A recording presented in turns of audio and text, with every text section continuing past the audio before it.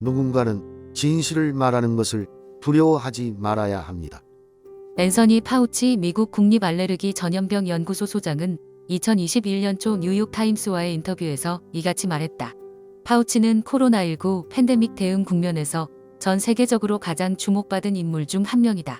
백악관 수석 의료 고문을 맡고 있는 그는 2020년 도널드 트럼프 대통령과 크게 마찰을 빚었다. 코로나19 위험성을 최소화하려는 정부에 맞서 소신 발언을 하면서 학계는 물론 대중의 이목도 사로잡았다. 파우치는 1940년 미국 뉴욕 브루클린에서 태어났다. 그의 아버지는 약사였다. 파우치는 어린 시절부터 약국 일을 도왔다. 또래보다 성숙했던 파우치는 마른 체격에 키도 큰 편은 아니었지만 고등학교 시절 농구부 주장을 맡기도 했다. 고등학교를 졸업한 파우치는 의사의 길을 걷는다. 1966년 코넬대에서 의학 박사 학위를 취득한 그는 수석으로 졸업장을 받는다. 1968년 인턴십과 레지던트 과정을 마친 그는 국립알레르기 전염병 연구소에 들어갔다. 숙명과도 같은 바이러스와의 싸움이 본격적으로 시작되는 순간이었다. 임상연구원을 시작으로 임상생리학 과정, 면역억제 연구소장 등을 역임한 그는 1984년 연구소 최고 책임자인 소장직을 맡는다. 제 경력과 정체성을 이야기할 때 HIV를 빼놓을 수 없습니다. 1980년대 그의 첫 상대는 HIV였다. 인체 면역 결핍 바이러스, HIV는 에이즈의 원인이 되는 바이러스다. 파우치는 HIV에 이어 사스, 돼지독감, 메르스, 에볼라 등 전 인류를 위협하는 바이러스와 싸웠다.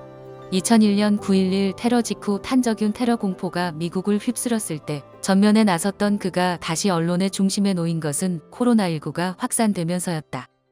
2020년 1월 19일 미국에서 첫 코로나19 확진자가 나왔다. 로널드 레이건부터 백악관 의료 고문을 맡고 있던 파우치는 코로나19 대응 백악관 태스크포스팀에 합류했다. 시민들이 자발적으로 마스크를 착용하던 아시아 국가와 달리 미국에서는 마스크를 쓰는 이들이 많지 않았다. 마스크 착용 거부 움직임도 컸다. 도널드 트럼프 미국 대통령은 적극적인 대응은커녕 확산을 부추겼다. 마스크 착용을 두고 정치 쟁점화하며 비과학적인 주장을 펼쳤다. 2020년 3월 트럼프는 백악관 브리핑에서 다음과 같이 말했다. 날씨가 따뜻해지는 4월이면 코로나19는 기적적으로 마법처럼 사라질 것입니다.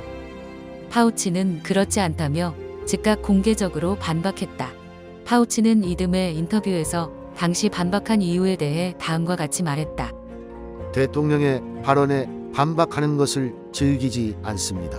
그러나 그때 제가 침묵했다면 거짓 메시지를 세상에 전하는 것에 암묵적으로 동의를 해버리는 셈이었습니다.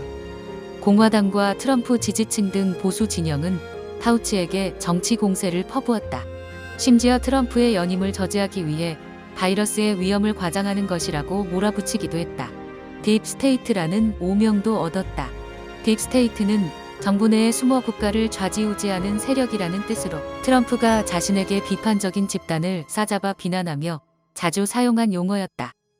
파우치 본인은 물론 가족을 살해하겠다는 위협을 받기도 했다.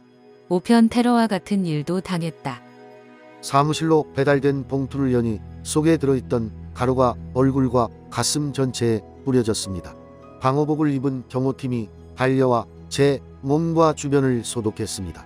다행히 독성이 있는 가루는 아니었습니다. 그러나 다시 겪고 싶지 않은 무서운 경험이었습니다. 정치 논쟁이 격화하는 가운데 코로나19 확진자는 급속히 늘어났다.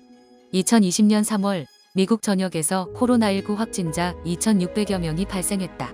사망자도 56명에 달했다. 트럼프는 기존 입장을 접고 국가 비상사태를 선포했다. 파우치는 의회에 출석해 다음과 같이 말했다. 최악의 상황은 아직 오지 않았습니다. 사태는 더 악화할 것입니다. 오늘 2명의 확진자가 내일 훨씬 더 많은 확진자를 만들 것입니다. 파우치의 말이 맞았다. 식당, 주점 등 다중이용시설 영업을 중단하고 이동 제한 조치까지 했지만 확진자는 며칠 만에 2~3배씩 늘어났다. 파우치는 경고의 목소리를 높였다. 미국에서만 수백만 명이 코로나19에 감염되고 10만 명에서 20만 명이 숨질 수도 있습니다. 파우치는 최악의 경우 수백만 명이 사망할 수 있다는 과학적 자료를 트럼프에게 제출했고 트럼프는 수긍할 수밖에 없었다.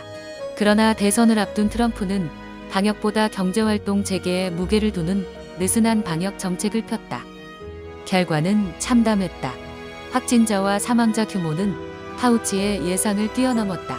2021년 11월 23일 현재 미국 내 누적 확진자는 4,744만 명, 사망자는 77만 명에 육박한다. 온갖 정치 공세 속에서 의사, 과학자로서 소신을 지키고 잘못된 정책을 펴는 대통령에게 맞서는 강단도 보여준 파우치는 팬데믹 속 가장 주목받는 인물이 됐다. 80살의 고령에도 하루 수면 시간은 4-5시간 뿐이다. 정부회의는 물론 각종 기자회견, 의회 청문회, 언론 인터뷰 등 자신의 의견과 설명을 필요로 하는 자리에 모두 참석했다. 자칫 어려울 수 있는 의학적 개념들을 대중의 언어로 쉽게 풀어냈다. 그 결과 대중적 인기도 얻었다. 그의 얼굴을 새긴 도넛, 양말, 접시도 나왔다. 신뢰도는 대통령을 능가했다.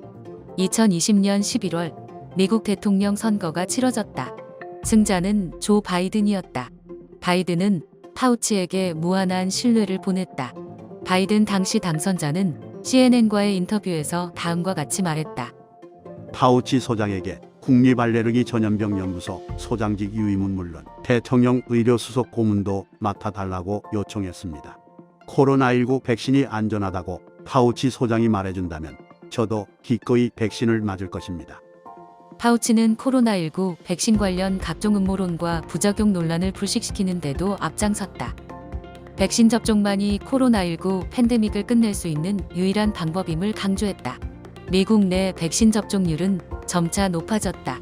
델타 변이 바이러스로 재유행을 겪기도 했지만 백신 접종률이 높아지며 확진자 증가세는 크게 줄었다. 그러나 파우치는 백신 미접종자가 많아 아직 안심할 수 없는 상황이라고 경고했다. 모임이나 접촉이 많아지는 연말 휴일 등을 계기로 재유행이 발발할 가능성도 제기했다. 그는 코로나19가 독감처럼 통제 가능한 포착병으로 전환하려면 모든 사람들이 백신을 추가 접종까지 받아야 한다고 강조했다. 파우치는 트럼프와 크게 충돌했을 때 백악관 의학 고문을 사임하지 않은 이유에 대해 다음과 같이 말한 바 있다. 누군가는 진실을 말하는 것을 두려워하지 말아야 합니다. 팬데믹이 끝나고 사람들이 정상생활로 돌아간 이후에도 저는 인플루엔자, HIV, 말라리아 등 아직 끝나지 않은 전염병과의 싸움을 이어갈 것입니다.